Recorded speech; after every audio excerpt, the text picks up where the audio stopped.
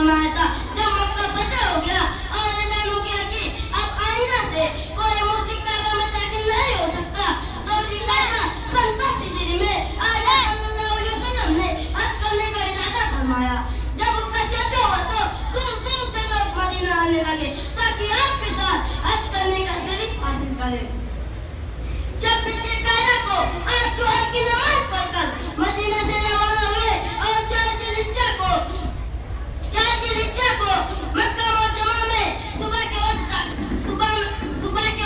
मक्का मुअज्जमा में दाखिल हो गए। मदीना से मक्का तक का ये सफर 9 दिन में तय हुआ था।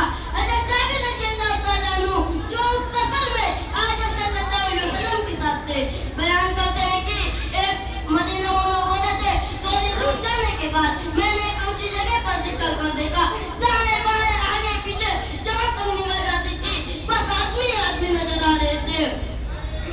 अल्लाह की तकबीर और मैदान अल्लाह की तकबीर और तौहीद के नाम से गूंज रहा था। अंदाजा लगाया गया कि 1 लाख या 1.25 लाख के लगभग मुसलमानों ने उस्ताद रसूलुल्लाह सल्लल्लाहु अलैहि वसल्लम के साथ हज किया था। प्यारे बच्चों, जरा सोचो, अभी थोड़े दिन की बात है, ईद के मौके पर अल्लाह के नबी आए थे जो अपनी जान बचाने के बदले 3 दिन तक एक गार में छुपे रह जाते हैं। यही अल्लाह के पैगंबर है जिनके लिए मक्का में कोई पड़ी की जिंदगी थी। सब जानी दुश्मन थे, बुरा भला कहते, कोई कहता जादूगर है, कोई कहता दीवाना है। तौबा मगर आज इतने नबी के कदमों के नीचे 1.25 लाख का मजमा हाजिर है। मक्का ही नहीं, कोई सारे अरबों की हुकूमत है, सबके दिलों में इनकी मोहब्बत है, सब इन पर कुर्बान है और जानिसार है।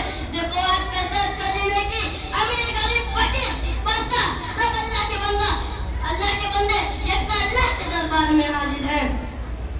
सबकी जुबानों पर एक ही कलमा, सबके दिलों में एक ही वलवला और जोश है। ये अल्लाह के कलाम और उसकी रसूली की सच्चाई का असर था कि हुजूर सल्लल्लाहु अलैहि वसल्लम ने जिस काम का बेड़ा उठाया था उसको अल्लाह पाक ने अपने खात्मा से हुजूर सल्लल्लाहु अलैहि वसल्लम की जिंदगी में पूरा करके दिखा दिया। थोड़ी सी मुद्दत में काया पलट गई, पुस्त के बिगड़े हुए लोग सीधी राह पर आ गए।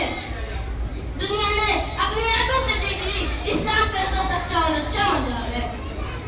मक्का और उसके आसपास के मकामात पर 10 सौ ठहर कर आप सल्लल्लाहु अलैहि वसल्लम हज के सब काम किए और उससे फारिग होकर अंसार और मुहाजिरीन को साथ लेकर मदीना तैयबा वापस हो गए।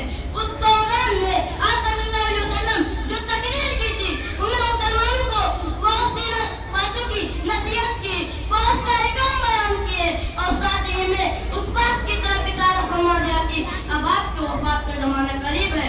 इसी बात से आप सल्लल्लाहु अलैहि वसल्लम के उस हज को हज्जुल विदा आखिरी हज कहते हैं। और अब आखिर मैं अल्लाह ताला से दुआ है कि हम सबको हज करने की तौफीक अता फरमाए। आमीन सुम्मा आमीन व आखिर दावाना अल्हम्दुलिल्लाहि रब्बिल आलमीन। अस्सलामु अलैकुम। माशाअल्लाह, ये थे शोएब मोहम्मद कासिम जो अपने उन्वान पर बेहतरीन अंदाज में रोशनी डाल रहे थे। वो अपना इनाम लेकर जाए, अल्लाह उनकी इल्म और इजाफा करे। इसके बाद आवाज देता हूँ मैं रियाज मोहम्मद अकरम।